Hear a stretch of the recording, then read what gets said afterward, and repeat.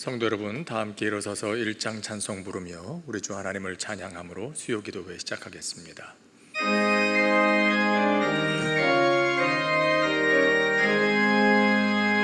만복의 근원 하나님, 온 백성 찬송 드리고 저 천사여 찬송하세. 찬송 성부 성자 성령.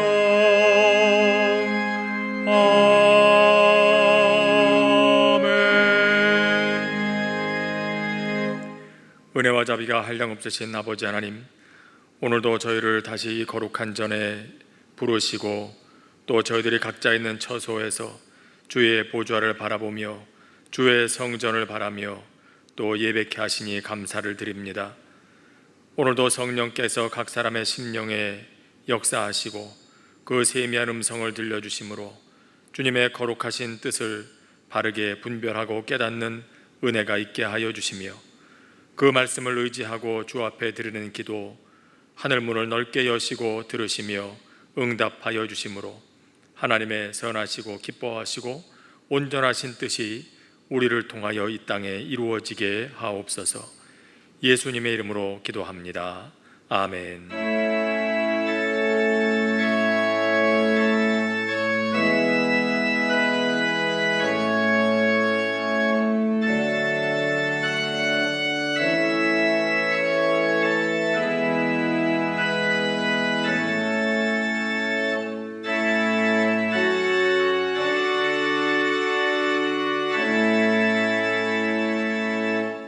자리에 앉으시겠습니다. 찬송가 540장을 함께 부르겠습니다. 540장 찬송 함께 부른 후에 김경선 권사님 기도해 주시겠습니다.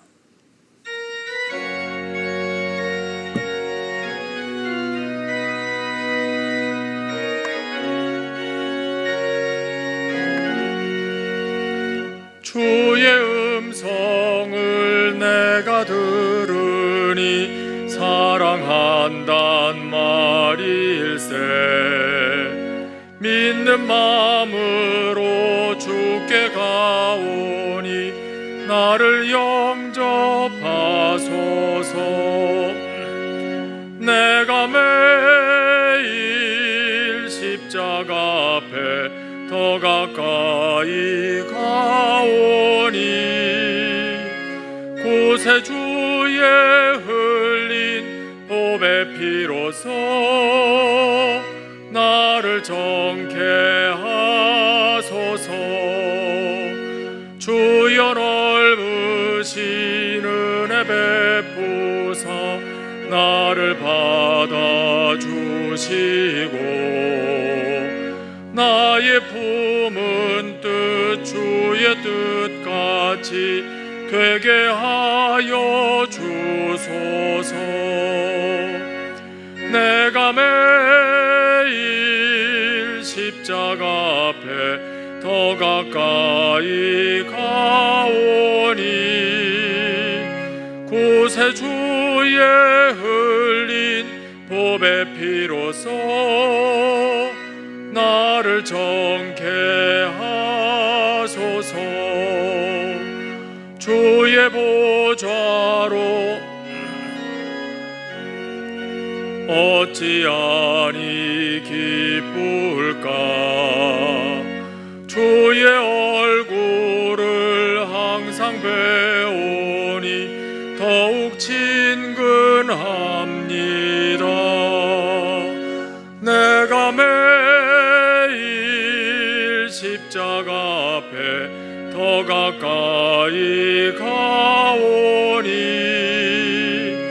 구세주의 흘린 보배 피로써 나를 정케 하소서. 우리 구주의 넓은 사랑을 증량할 자 없으며 주 주가 주시는 참된 기쁨도 헤아릴 수 없도다. 내가 매일 십자가 앞에 더 가까이 가오니 구세주의 흘린 보배 피로써 나를 정케. 2절 다시 부릅니다. 주여 넓으신 은혜 베푸사 나를 받아주시고 나의 품은 뜻 주의 뜻같이 되게 하여 주소서. 내가 매일 십자가 앞에 더 가까이 가오니 구세주의 흘린 보배 피로써 나를 정케 하소서.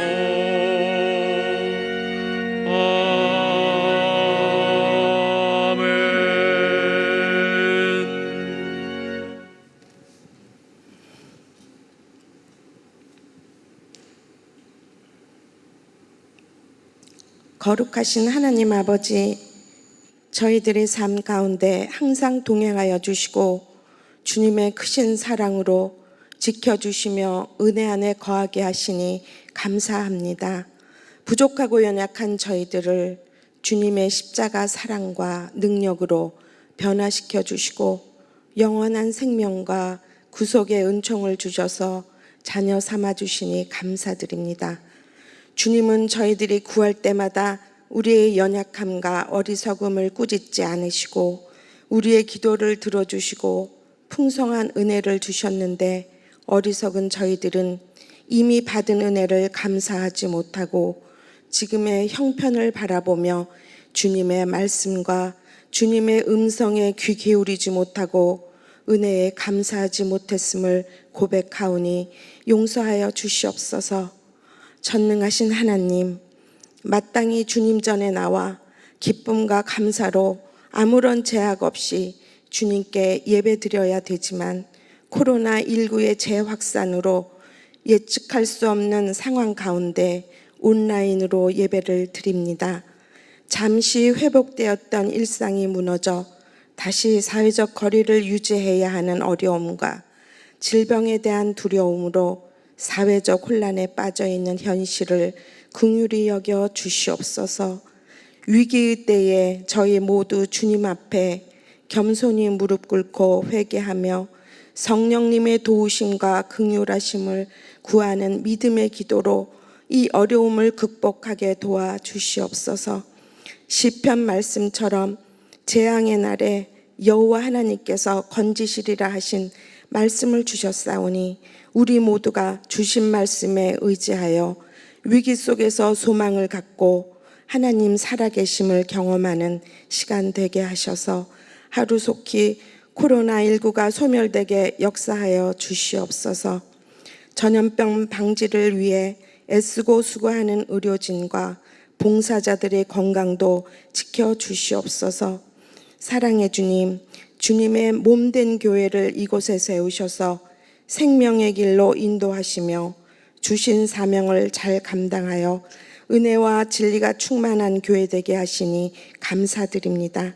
이 지역에 믿지 않는 이들에게 생명의 길로 인도하옵시고 주님의 섬김을 실천하며 주님께 받은 사랑을 증거하는 문화교회 되게 하옵소서. 주님께서 귀하게 쓰시는 목사님 단위에 세우셨사오니 말씀 전하실 때 성령께서 함께 하셔서 주시는 말씀으로 우리의 속사람이 날로 새로워지게 하시며 더욱 믿음이 견고하여져서 주의 일에 힘쓰는 저희들 되게 도와주시옵소서. 이 시간 각자의 마음의 소원과 기도 제목을 가지고 주님께 기도드리오니 말씀을 통해 주님께서 만나주시고 위로와 소망과 새 힘을 얻는 귀한 시간 되게 도와주시옵소서. 모든 말씀 예수님 이름으로 감사드리며 기도드립니다. 아멘.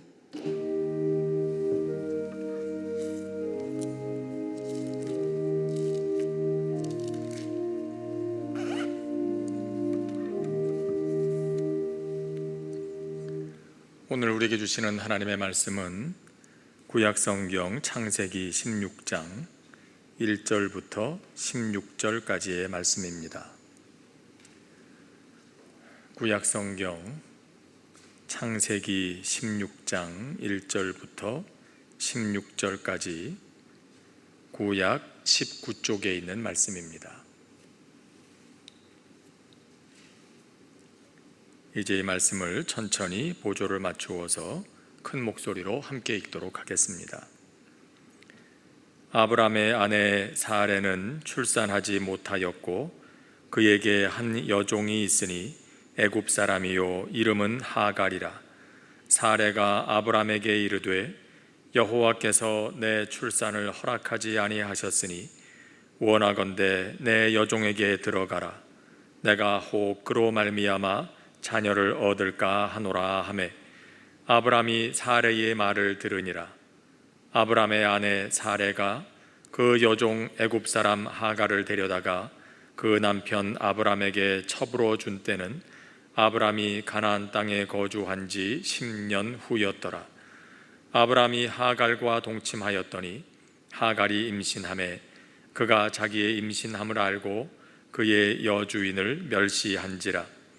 사레가 아브라함에게 이르되 내가 받는 모욕은 당신이 받아야 옳도다. 내가 나의 여종을 당신의 품에 두었거늘 그가 자기의 임신함을 알고 나를 멸시하니 당신과 나 사이에 여호와께서 판단하시기를 원하노라.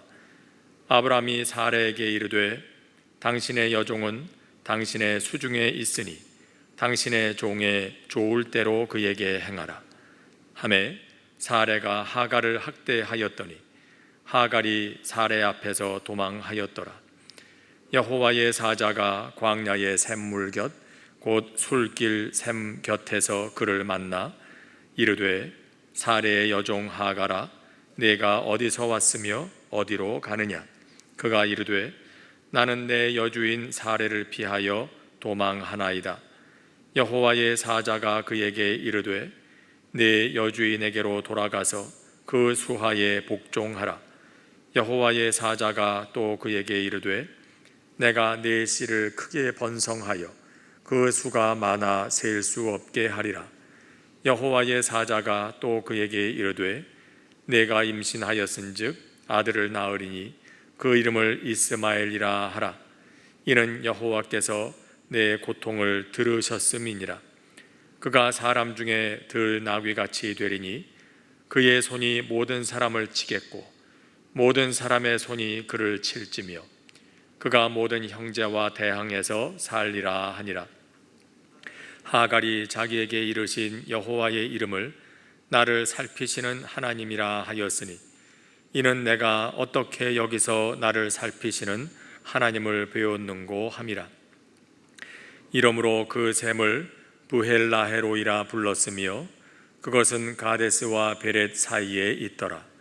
하갈이 아브람의 아들을 낳음에 아브람이 하갈을 낳은 그 아들을 이름하여 이스마엘이라 하였더라.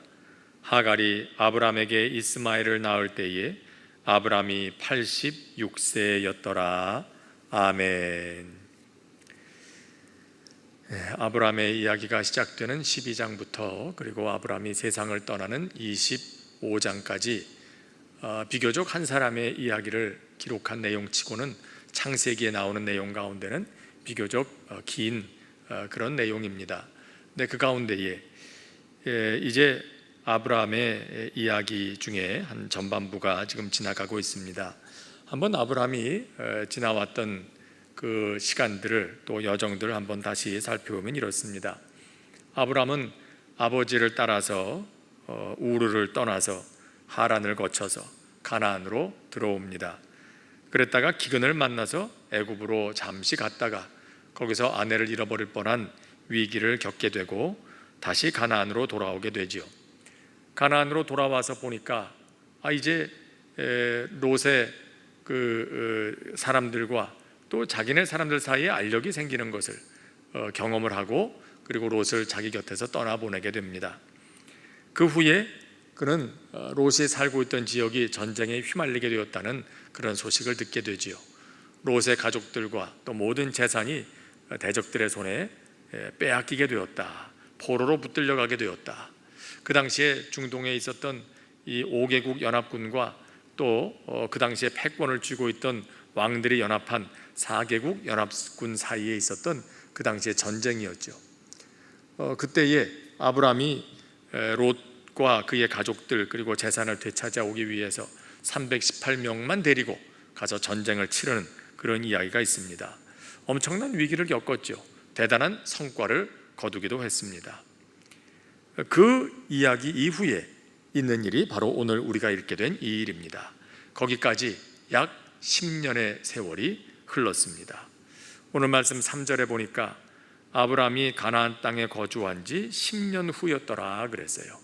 가나안에 들어오고 나서 10년이 흐른 그런 시간이고요. 그리고 그때 아브라함의 나이가 얼마나 됐을까요? 하나님께로부터 부름을 받은 지가 75세니까 아마도 10년이 지났다고 하면 85세쯤 됐을 겁니다. 그리고 오늘 말씀에 16절 말씀에 보니까 아브라함이 하갈에게서 이스마엘을 낳을 때 86세였다 그랬거든요. 그러니까 이 하갈이 아이를 갖고 아이를 출산할 때까지 약 10달, 거의 1년에 맞먹는 시간이 흘렀다고 본다면 아마 오늘 이 이야기의 배경은 그야말로 이 아브라함이 85세가 됐던 바로 그 해쯤 됐을 때 일어난 일이라고 볼 수가 있습니다. 자, 10년이란 시간이 흘렀습니다. 하나님께서 아브라함을 만나주시고 아브라함에게 아들을 주시겠다고 약속하신 시간으로부터 10년이 흘렀습니다. 사라의 마음이 급해지기 시작합니다. 그때까지 아이가 없으니까는요. 그래서 사라가 이런 결정을 내리죠. 하갈을, 몸종 하갈을 아브라함에게 첩으로 들여서 아들을 낳겠다. 근데 그런 결과로 결국 하갈과 사이에 불화가 생기게 되고 또 이 하갈이 집에서 쫓겨났다가 다시 돌아오게 되는 그런 이야기들이 오늘 이야기의 전체 줄거리가 되겠습니다. 자, 오늘 이런 이야기들을 읽으면서 우리가 주목해야 할 몇 가지 영적인 교훈이 있습니다. 그 첫째는 이것입니다. 하나님의 일을 이루는 데 있어서 결코 조급함을 가져서는 안 된다. 인간적인 조급함을 버려야 한다. 그런 어떤 영적인 원칙 하나를 발견할 수가 있습니다. 우리는 사레의 조급함, 사레의 마음속에 있는 조바심 이해할 수 있습니다. 시간은 흐르고 점점 상식적으로 아이를 낳을 수 있는 기회는 줄어들고 있는데 그런데 아이는 생기질 않고 있습니다. 그러기를 10년을 기다렸습니다. 그런데도 지금 아이가 없는 것입니다. 그러니 인간적인 관점에서 보면 사레의 마음속에 있는 조바심 충분히 이해할 수 있습니다. 그러나 이 일이 어떻게 시작된 것입니까? 사레가 아브라함과 상의를 해가지고 여보 우리 아이를 하나 낳읍시다. 그래가지고 아이를 계획하고 낳겠다는 게 아니잖아요. 이것은 하나님의 약속으로부터 시작된 것입니다. 하나님께서 그들에게 내가 너희에게 아들을 줄 것이다. 이런 약속으로부터 시작된 일입니다. 그렇기 때문에 비록 인간적인 눈으로 볼 때 이것이 다소간 지연되고 있고 또 마음의 조바심은 생길 수 있지만 그럼에도 불구하고 저들은 끝까지 하나님의 응답을 기다렸어야만 합니다. 이것이 하나님의 약속을 이루어가는 그런 방법이었습니다.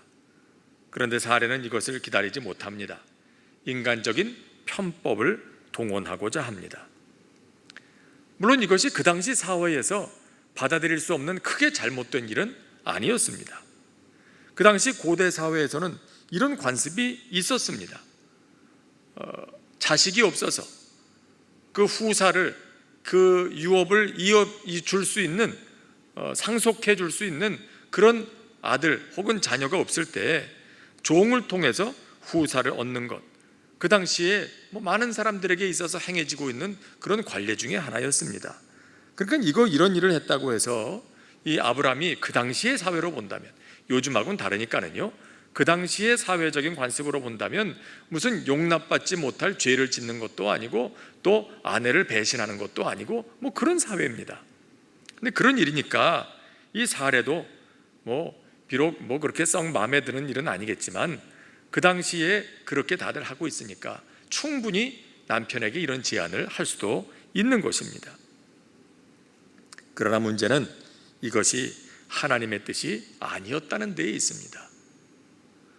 하나님께서 사레가 아이를 낳을 수 없다는 걸 아시고 사레가 아니라 다른 여인을 통해서 아들을 주실 거였으면 애초에 처음부터 아브라함에게 또 사레에게 그렇게 말씀하셨을 겁니다. 아브라함아, 사레야, 안타깝지만 사레를 통해서 아들을 얻을 수는 없을 것 같다. 그러니 내가 이런 묘안을 가르쳐 주겠다. 내가 보니까 이런 사람 참 좋은 사람인데 이 사람 데려다가 내 아내를 또 삼고 그 여인을 통해서 아들을 낳거라. 아마 하나님께서 이게 하나님의 뜻이었으면 처음부터 그러셨을 거예요. 근데 하나님은 그러지 않으십니다. 사레를 통해서 아들을 주시겠다고 하십니다. 아브라함의 아들을 주시겠다고 하십니다. 그런데 사레는 그저 인간적인 생각에 마음이 조급해지지요. 이게 문제였어요. 여러분, 우리도 요즘에 그럴 때 많이 있지 않습니까? 내 마음에 소원이 있어요. 근데 그게 이루어지는 데에 시간이 더디 걸리고 또 자기 뜻대로 되질 않아요. 그러면 하나님의 방법, 하나님께서 옳다 여기시는 것, 이걸 잠시 내려놓고 인간적인 생각이 발동하기 시작해요. 마음이 조급해지고 때로는 이 세상 사람들이 흔히 사용하는 우리 주변 사람들에게 아주 잘 알려져 있는 통용되는 그런 사람의 방법, 이 세상의 관습, 그런 거를 생각하게 되죠. 오늘의 세계는 참 속도가 중요한 세대입니다. 그러나 너무 속도만 중요하게 여기다 보면 하나님의 일을 그르치게 될 때가 있습니다. 이런 재미있는 얘기가 있어요. 어떤 한국 사람이 뉴욕에 갔더랍니다. 뉴욕에 가서 택시를 딱 잡아 타고 어디를 가자고 그러는데 이분이 딱 택시를 잡아 타자마자 자, 빨리 갑시다 그랬대요. 그러니까 이 택시기사가 출발을 해가지고 한참을 달리는데 이 한국 사람이 가만 보니까 자기가 가고자 했던 그곳과는 다른 방향으로 막 택시가 달리고 있거든요. 그래서 걱정이 돼가지고 기사한테 물었어요. 기사 양반, 지금 이 차가 어디로 가고 있는 겁니까? 그러니까 이 기사가 하는 말이, 지금 선생님께서 빨리 가자고만 하시고 어디로 가자는지 목적지를 말씀을 안 하셨습니다. 그렇게 얘기를 했다는 거죠. 자, 우리나라 사람들이 빨리빨리 문화, 뭐든지 빨리, 이거 좀 풍자하는 그런 얘기가 되겠죠. 서두르는 거, 빨리 가는 것도 중요하겠지만 너무 서두르다 보면 방향을 잃어버려요. 어디로 가는지도 모르고 내가 애초에 가려고 했던 그 목적지가 아니라 엉뚱한 곳으로 가게 될 때가 있는 거예요. 특히 하나님의 뜻을 우리가 헤아리면서 그 하나님의 뜻을 따라 살기를 원할 땐 더더욱 그렇죠. 인간적인 조급함이 발동하고 또 그래서 잘못된 어떤 결정을 내리게 될 때, 성급하게 결정을 내리게 될 때 우리는 하나님의 목적이 아니라 엉뚱한 곳으로 가고 있는 우리들의 삶을 보게 될 때가 있는 것입니다. 아브라함과 사레에게 있어서 중요한 것은 단지 아들을 낳는 게 아니지요. 하나님이 약속하신 그 아들을 낳는 것이고, 그리고 하나님의 방법대로 그 아들을 얻는 것이었습니다. 그리고 그 아들을 통해서 하나님의 뜻을 이루어 가는 것이었습니다. 아들만 낳으면 되는 게 아니에요. 아들만 낳으면 되지, 하가림은 어때? 이게 사레의 마음이에요. 그의 생각이었어요. 그러나 그렇지 않은 것입니다. 하나님의 일은 하나님의 방법대로 되어야 되는 거예요. 여러분, 그렇기 때문에 다소간 좀 마음이 조급해지고 또 내가 생각했던 것보다, 기대했던 것보다 이 일이 좀 더딘 것 같다, 그렇게 생각할 때 또 그것이 꼭 나쁜 것만은 아니라는 걸 우리는 생각할 필요도 있어요. 일본에 이런 이야기가 있답니다. 일본 농촌에서 야채 농사를 짓던 어느 아버지가 아들과 함께 도시에 그들이 경작한 야채를 팔러 이제 갑니다. 그래서 소 달구지에다가 야채를 싣고 그리고 이제 길을 가고 있는데 아들은 지금 마음이 급해요. 빨리 가서 도시에 가서 야채를 팔아가지고 돈을 벌어와야지, 그 생각을 하면서 가는데, 이 아버지는 얼마나 마음이 느긋한지 가면서 길을 가는데 이 아들에게 이렇게 얘기를 하는 거예요. 아, 얘야, 가는 길에 여기 우리 형님 댁이 있는데, 너희 큰아버지 댁인데 잠깐 들러서 인사라도 드리고 가자. 그러니까 아버지가, 이제 아들이, 아버지 지금 그럴 시간이 어디 있습니까? 어머님 기다리시는데 빨리 가서 팔고 와야지요. 그러니까 이 아버지가, 예, 여기까지 그냥 오기도 힘든데 가서 형님 얼굴, 너희 큰아버지 얼굴 좀 보고 인사드리고 가자. 그래서 못 이기는 척 이 아버지가 그러자는지 아들이 어떻게 하겠어요? 그래서 가서 이 큰아버지를 만나고 또 얘기를 나누다가, 그리고 부랴부랴 짐을 다시 싣고 떠났어요. 가는 길에도 이 아버지는 경치 구경하고 개울에 가서 발도 씻고 뭐 그러면서 슬렁슬렁 가는데, 가다 보니까 또 앞에 어떤 행인이 소를 끌고 가다가 수렁에 소가 빠져버렸어요. 이 소를 꺼내질 못해서 끙끙거리고 있는 걸 보고 아버지가 아들에게 얘기를 합니다. 아들아, 이거 어떻게 우리가 그냥 두고 가겠냐? 우리 발길도 급하지만 저 사람 좀 도와주고 가자.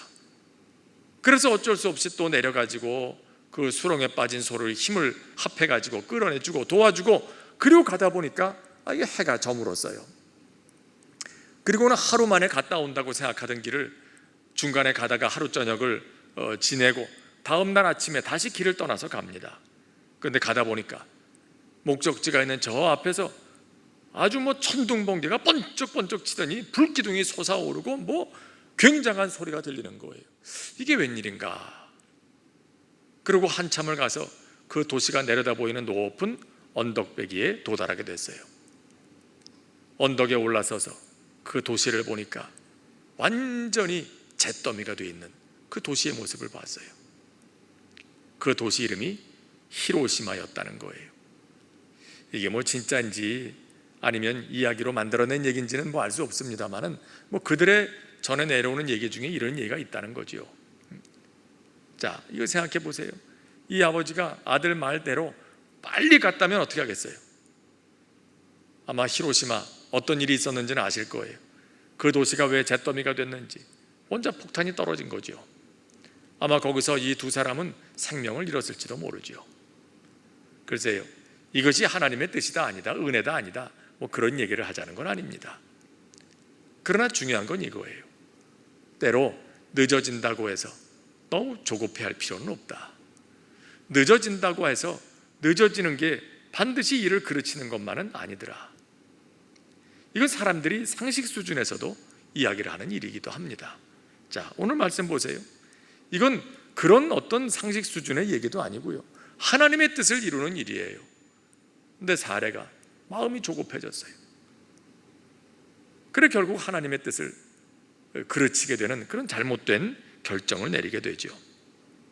그렇기 때문에 우리는 이 사례의 이야기를, 오늘 이 이야기를 읽으면서 이런 영적인 교훈을 얻게 되는 것입니다. 하나님의 일을 감당해 감에 있어서, 하나님의 뜻을 이루어 가는 데 있어서 조급함은 우리가 경계해야 할 그런 일 중에 하나라는 것이죠. 또 한 가지는 하나님의 말씀에 귀를 기울여야 한다는 것을 다시 한번 알게 됩니다. 하나님의 말씀에 귀를 기울여라. 사람이 사람들의 조언에 귀를 기울이는 건 참 지혜로운 일입니다. 그래서 하나님께서 솔로몬에게 주셨던 지혜도 처음엔 그거였죠. 사람들에게 들을 줄 아는 마음, 들을 수 있는 마음. 솔로몬이 하나님께 구했던 것도 그거죠. 나에게 듣는 마음을 주사. 지혜로운 것은 지혜로운 사람들의 말에 귀를 기울일 줄 아는 그 마음, 이게 사실 지혜로운 거거든요. 요즘에 사람들이 똑똑하다고 지혜롭다고 스스로 생각하면서 다른 사람들 말에 귀를 기울이지 않는 그런 사람들이 종종 있어요. 나는 충분히 지혜로우니까, 나는 충분히 많이 배웠으니까, 나는 충분히 경험 많이 했으니까. 그러니까 이래저래 다른 사람들의 말에 귀를 기울이질 않아요. 이것은 지혜로운 게 아니에요. 똑똑한 게 아니에요. 헛똑똑이죠. 헛똑똑이. 진짜 지혜는, 하나님이 주시는 지혜는 마음을 낮추어서 주변에 다른 지혜로운 사람들의 말에 귀를 기울일 줄 아는 듣는 마음, 이게 하나님이 주시는 지혜라는 것을 우리가 생각해야 돼요. 솔로몬은 그의 통치 초기에 그러한 지혜로 나라를 잘 이끌어갔었죠. 나중에 우상 숭배에 빠지면서 그의 인생이 곤두박질 치긴 했습니다만 말입니다. 그래서 그런지 그의 인생 후반을 보고 자라서 그런지 그의 아들 르호보암이 그런 실수를 저지르죠.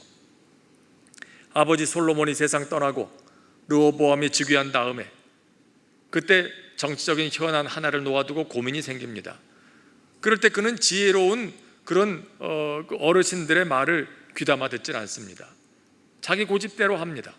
자기와 함께 자랐던 친구들의 말만 듣고, 그래 결국 어리석은 결정을 내리고 말지요.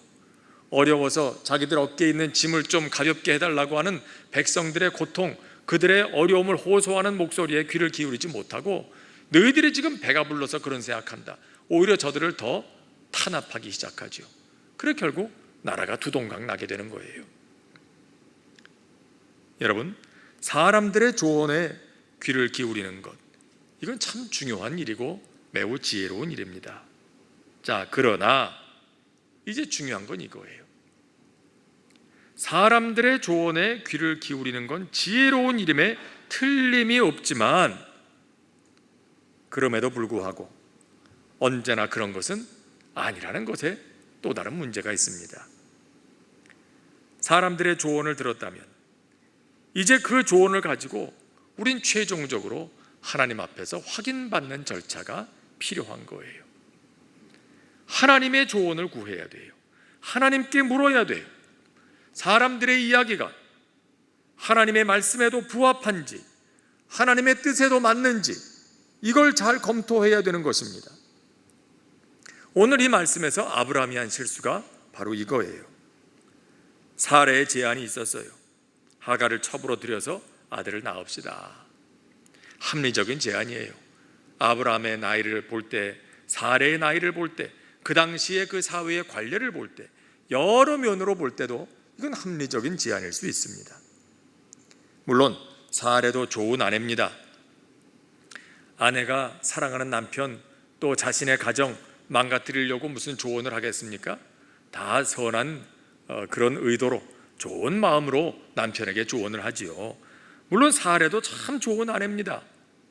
그래서 성경에 보면 사례를 좋은 아내의 표본으로 또 이렇게 얘기하기도 하고 그러잖아요. 그러니까 그녀의 제안이 결코 잘못된 것이라고 얘기할 수는 없어요. 아브라함이 그렇게 받아들일 수 있어요. 그러나 문제는 그녀의 제안을 하나님께 가져가서 물었어야만 합니다. 근데 오늘 말씀해 보니까 그 과정이 빠져 있어요. 아브라함이 하나님을 모르는 사람이었다면 모를까? 아브라함은 하나님을 아는 사람이고 하나님 앞에 예배하는 사람이고 하나님의 말씀을 들을 줄 아는 사람이에요. 그렇다면 사례의 이야기를 들었을 때 그 이야기를 가지고 하나님 앞으로 나아갔어야 돼요. 그런데 오늘 말씀에 뭐라고 합니까? 2절 말씀 하반절에 이렇게 기록되어 있습니다. 아브라함이 사례의 말을 들으니라. 사례가 아브라함에게 여호와께서 내 출산을 허락하지 아니하셨으니 내 여종에게로 들어가라, 그로 말미암아 자녀를 얻을까 하노라, 그렇게 제안을 하니까 아브라함이 이 얘기를 가지고 여보, 그 당신 얘기는 알겠지만 한번 기도해 봅시다. 그리고 기도하러 하나님 앞에 갔어야죠. 아브라함이 사례하고 조금 더 기도해 보고 최종 결정을 내렸어야죠. 근데 오늘 말씀에 보니까 아브라함이 사례의 말을 들으니라, 그냥 사례의 말을 거기서 덥석 마음에 받아들이고 그럽시다, 그렇게 가버리고 말았어요. 이게 문제라는 거지요. 자, 이미 사례는 판단력을, 분별력을 잃어버리고 있어요. 그걸 알 수 있는 증거가 뭡니까? 2절에 보니까 여호와께서 내 출산을 허락하지 아니하셨으니, 하나님께서 사례에게 출산을 허락하지 않으셨습니까? 그의 출산을 하나님께서 금하셨습니까? 그런 일은 없어요. 하나님께서는 사례의 태를 여실 것이고 사례를 통해서 이삭을 주실 거예요. 아들을 주실 거예요. 다만 하나님께서 하나님의 때에 그 일을 이루시려고 그들의 인생을 인도하고 이끌어가고 계실 뿐이지요. 그렇다면 사례는 뭘 생각해야 합니까? 지금 하나님의 뜻이 때가 아닌가 보다, 그런 생각을 해야 할 이때에 사례는 분별력을 잃어버려요. 그리고 말하죠. 여호와께서 내 출산을 허락하지 않으셨다. 하나님과는 다른 말을 하고 있는 거예요. 그런데 아브라함은 이런 사례의 말을 가지고 하나님 앞으로 나아가서 기도해 보지도 않고 덜컥 사례의 말을 들으니라. 그의 말을 그냥 받아들이고 말았어요. 결국 안 좋은 결과가 생기죠. 일이 꼬이기 시작하죠. 하갈을 첩으로 들인 것까지는 좋았는지 모르지만 하갈이 아이를 갖게 되자 그의 마음이 교만해졌어요. 여주인인 사례를 멸시하기 시작했어요. 둘 사이에 불화가 시작이 되고 가정에 분란이 나기 시작합니다. 결국은 무고한 생명을 해할 위기까지 저들은 만들고 맙니다. 하갈을 쫓아내잖아요. 그 어린 생명까지도 들여서 죽게 될 그런 위험이 찾아오게 되잖아요. 뿐만 아니라 두고두고 이 이스마엘의 자손들과 더불어서 두고두고 어떤 단툼의 불씨가 지금부터 시작이 되잖아요. 결국 이와 같이 하나님께 묻지 아니하고 사람의 생각을 덜컥 받아들여 버린 이 아브라함의 잘못된 판단이 결국 이런 좋지 않은 결과를 계속해서 불러오게 되는 것입니다. 자, 여기서 잠깐 우리는 사례와 하갈을 통해서 드러나게 되는 우리 인간의 죄된 본성을 한번 보게 됩니다. 자, 먼저 하갈을 보면 그렇습니다. 하갈은 이렇게 생각하지 않지요. 그가 아브라함을 통해서 아이를 얻게 됐을 때 하나님께서 나를 통해서 주인에게 아들을 주셨구나, 그렇게 생각하지 않습니다. 도리어 그는 아들을 얻게 되자, 아이를 얻게 되자 마음이 어떻게 됐다 그래요? 교만해졌어요. 여주인을 멸시하기 시작했습니다.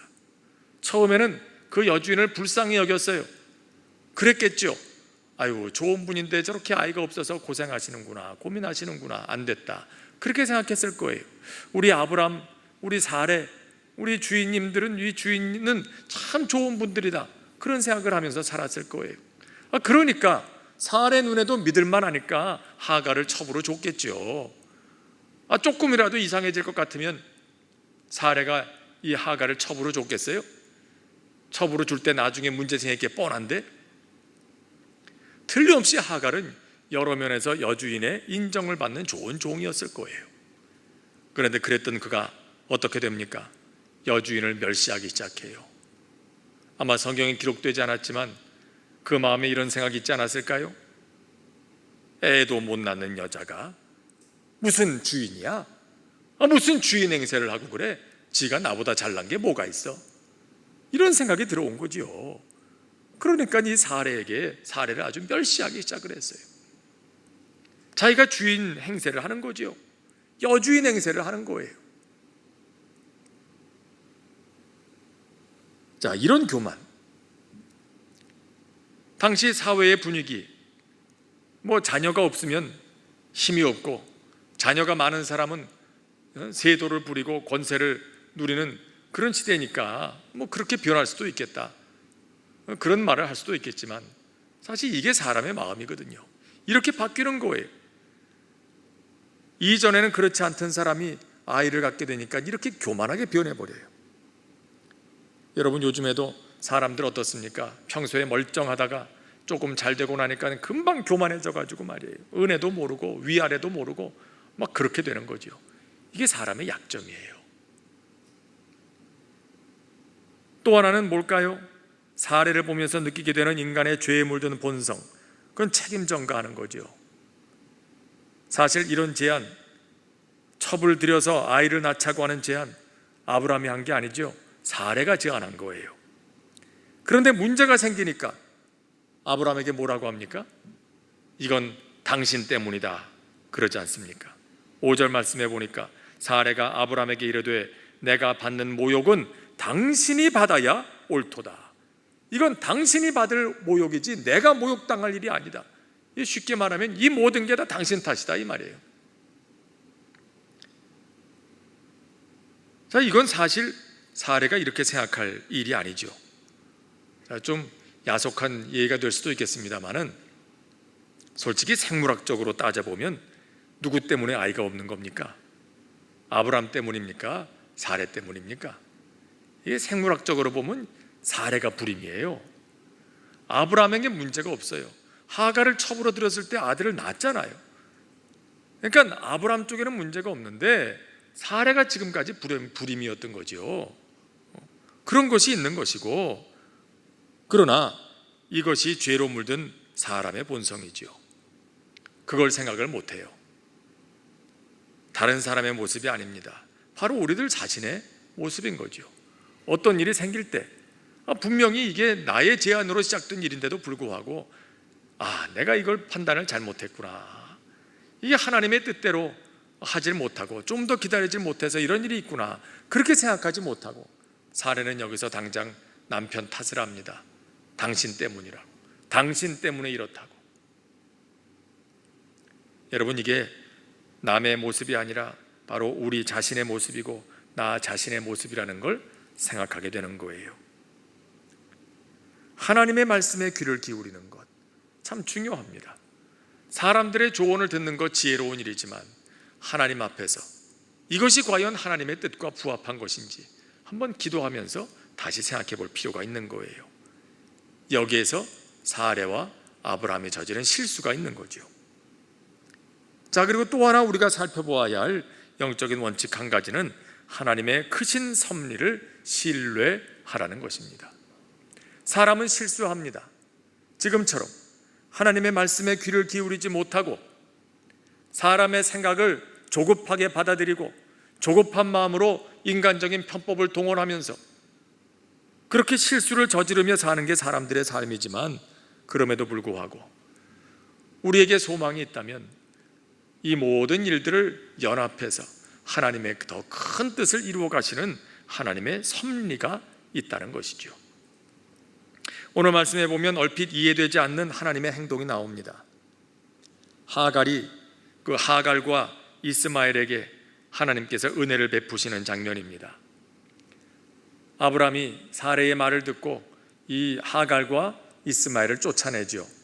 저들이 들에 나가서 물이 없어서 먹을 것이 없어서 이제는 죽게 생겼을 때, 그때 여호와의 사자가 나타나서 저들에게 은혜를 베풉니다. 그리고 축복합니다.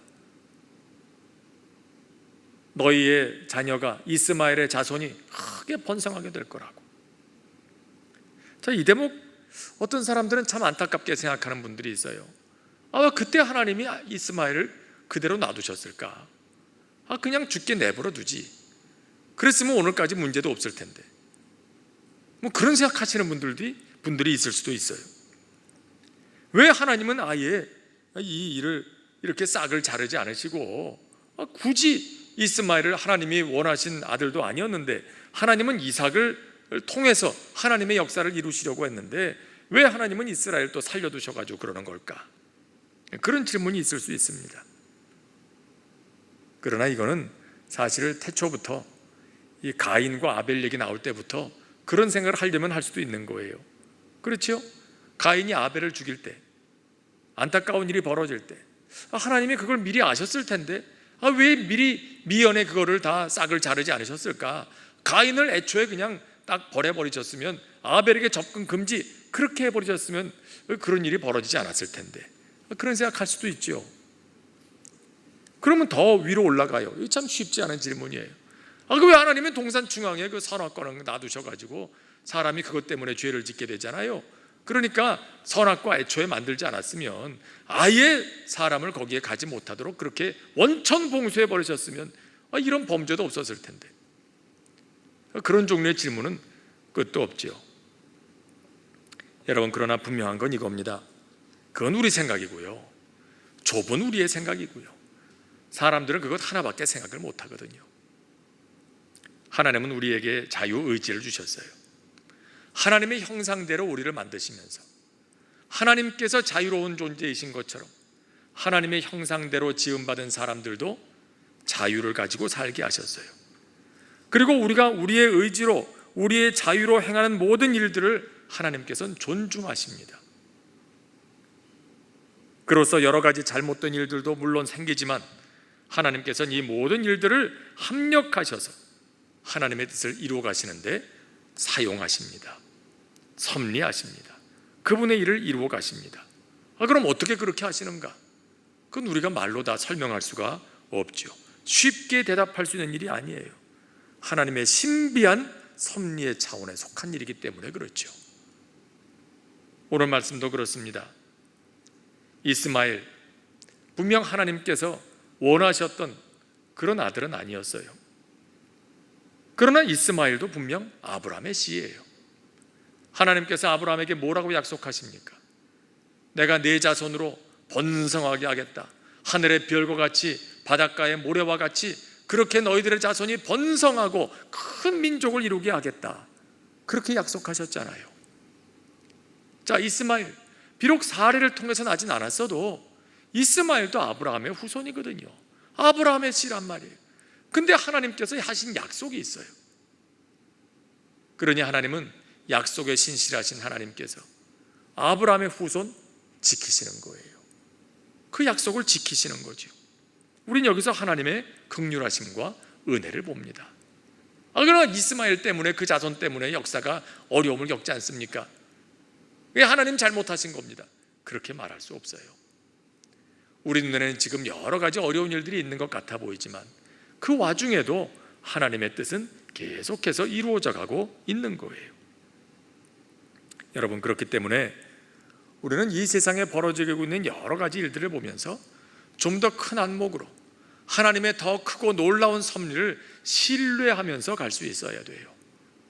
내 뜻대로 되지 않았다고 해서 이거 잘못됐다, 이거 없었어야 되는데, 이건 미연에 이렇게 다 없애버렸어야 되는데, 꼭 그런 것만은 아니에요. 우리 생각에는 그런 안타까움이 있을지 모르지만 이 모든 것들이 하나님의 손에 들려있다고 생각하면 거기에 소망이 있는 것이죠. 저는 가끔 그런 생각을 해봅니다. 요즘에 해충이 많이 생겨서, 벌레들이 많이 생겨서, 그 이상기후 때문에 그런 것들이 많이 생긴다, 불편하다, 그런 얘기들을 많이 해요. 물론 불편하죠. 그 속에 우리들이 돌아봐야 할 부분들도 많이 있죠. 근데 그때 해충이라는 말을 들을 때 문득 그런 생각을 해봐요. 해충? 뭐가 해충일까? 사람들이 그 해충이라는 걸 어떻게 정의하죠? 우리 사람들의 삶을 불편하게 만드는 것들을 보고, 그런 벌레들을 보고 우리는 해충이라고 얘기를 해요. 그건 우리 입장에서 얘기고요. 그 벌레 입장에서는 어떨까요? 벌레 입장에선 우리가 천적이에요. 이 땅에 있는 모든 벌레들에게 있어서 인간만큼 강력한 천적이 없는 거예요. 그들 입장에서 볼 때는 우리만 없으면 잘 사는 세상이 되는 거죠. 해충이라는 게 가만 보니까 다 자기 입장에서 해석하는 거더라고요, 보니까. 근데 여러분, 무슨 어디에 벌레가 많다, 하루살이들이 많다, 그 유충들이 막 날아다니면서 그런다 그러지만 사실은요, 이것도 다 보면 우리가 조금 불편할 수 있지만 다 나름대로 역할이 있더라고요, 보니까. 하나님께서 창조하신 이 세계 속에, 생태계 속에서 다들 역할이 있어요. 아주 하루살이들은, 유충들은 왜 저렇게 숫자가 많아? 한번 날아다니기 시작하면 정신이 없네. 하지만 이게 그렇게 많아야 이걸 먹고 사는 애들이 또 있거든요. 이 유충들이 물속에서 막 다니면서 저 물속에 저런 유충들이 있어가지고 어떡하나. 근데 물속에는 그거 먹고 사는 애들이 또 있어요. 사는 애들이 이래저래 다 얽히고 설키고 하면서.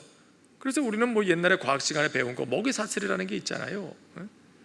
중간에 사슬 하나 끊어지게 되면 이게 생태계가 마비가 오는 거거든요. 전체를 봐야 되는 거죠.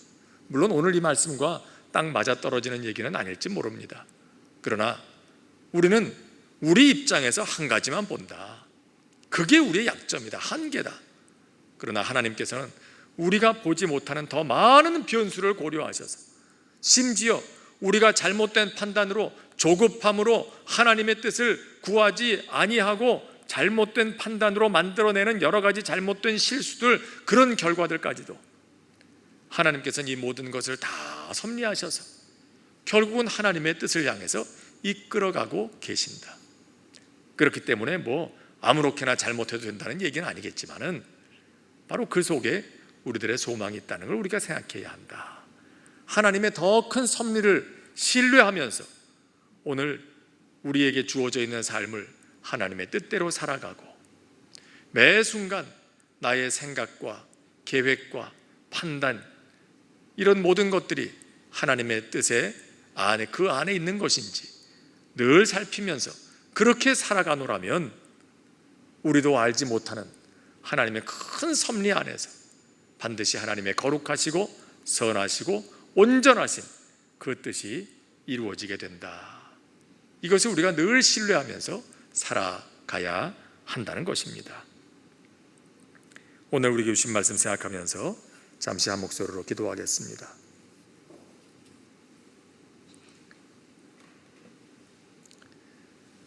오늘 우리가 하나님 앞에 드려야 할 기도의 제목들을 몇 가지 여러분들에게 알려드립니다. 첫째는 조급하여 하나님의 일을 그르치지 않게 하시고 하나님의 뜻을 바르게 분별하는 지혜를 주소서, 이렇게 기도할 수 있길 바랍니다. 오늘 특별히 여러분들의 마음속에 있는 기도 제목들이 다 있을 줄 압니다.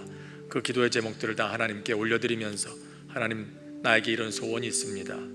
그러나 이런 소원을 이루어감에 있어서 하나님의 일을 조급함으로 그르치지 않게 하시고 그 하나님의 뜻을 바르게 분별하면서 그 뜻을 이루어갈 수 있게 도와주십시오. 두 번째는 교회의 활동이 제한된 이런 상황 속에서 우리가 믿음을 더욱 잘 지켜나갈 수 있도록 우리를 도와주십시오. 또 잘 모이지도 못하고 어려움이 많은데 이런 때에 우리의 믿음을 지켜주십시오. 기도해야 되겠습니다. 셋째, 이제 이런 상황이 속히 호전이 되어서 우리의 삶도 빨리 회복될 수 있도록 은혜를 내려 주시옵소서. 이와 같은 기도 제목을 놓고 우리 잠시 한 목소리로 기도하겠습니다. 하늘 오신 아버지 하나님, 오늘도 저희들에게 말씀 주시니 감사를 드립니다. 아브라함과 사레의 이야기가 우리의 삶의 여러 가지 면에서 또 본보기가 되고 또 좋은 얘기가 됩니다마는, 그러나 우리는 때로 그들의 저지른 실수와 행동들을 보면서 오늘 우리들은 과연 어떻게 해야 하는지를 다시 생각하게 됩니다. 이 모든 것들이 은혜인 줄로 믿습니다. 아버지 하나님, 아브라함과 사레가 한때 인간적인 조급함에 사로잡혀서 하나님의 뜻을 그르치는 그런 실수하는 장면을 봅니다. 기도하오니 저희들 또한 때로 그런 일들이 있지만, 그러나 인간적인 조급함에 사로잡혀 하나님의 일을 그르치지 않게 하시고 오직 매 순간 성령께서 저희들을 감동하여 주심으로 하나님의 뜻을 바르게 분별하는 지혜를 허락하여 주시기를 원합니다. 아버지 하나님, 또한 오늘 이와 같이 코로나19 바이러스로 인해서 교회 여러 가지 활동들이 제한된 상황에서 저희들이 신앙생활하고 있습니다만, 그렇기 때문에 아버지 하나님, 더욱더 저희들의 믿음을 잘 지켜갈 수 있도록 성령님 저희들을 붙들어 주시옵소서. 도와여 주시옵소서. 소기란 상황도 속전되게 하시고 또 백신도 또 치료제도 속히 나오게 하시고, 그러므로 저희들의 삶이 이전으로는 돌아가기 어렵다 할지라도 사람들이 살아가는데 어려움이 있는 모든 일들로부터 저희들이 해방을 얻을 수 있도록 은혜를 부어 주시옵소서. 오늘 저희들에게 주신 말씀 생각하며 드리는 모든 기도를 들어서 응답하시고 하나님의 선하시고 온전하신 뜻을 이루어 주시옵소서. 예수님의 이름으로 기도합니다. 아멘.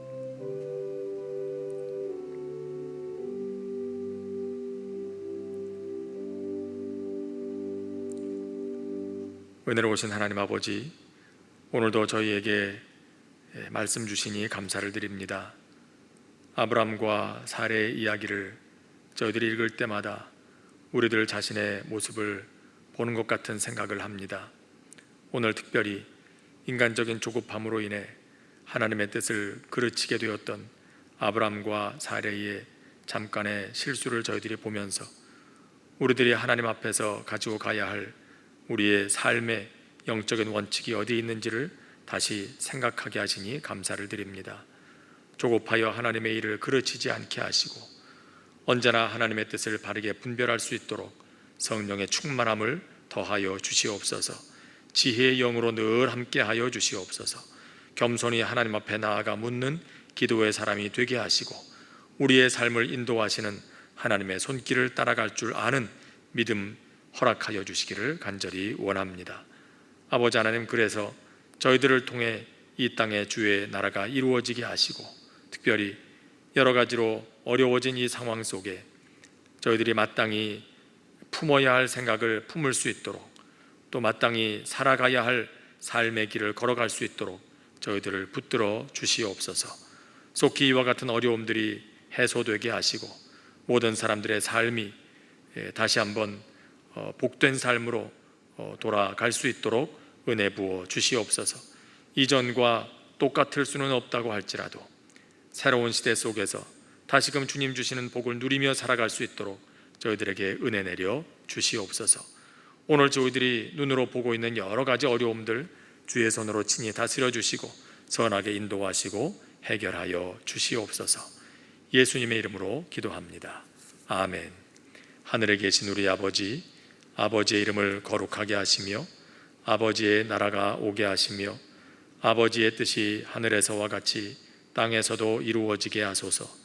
오늘 우리에게 일용할 양식을 주시고 우리가 우리에게 잘못한 사람을 용서하여 준 것 같이 우리 죄를 용서하여 주시고 우리를 시험에 빠지지 않게 하시고 악에서 구하소서. 나라와 권능과 영광이 영원히 아버지의 것입니다. 아멘. 수요기도회를 마쳤습니다.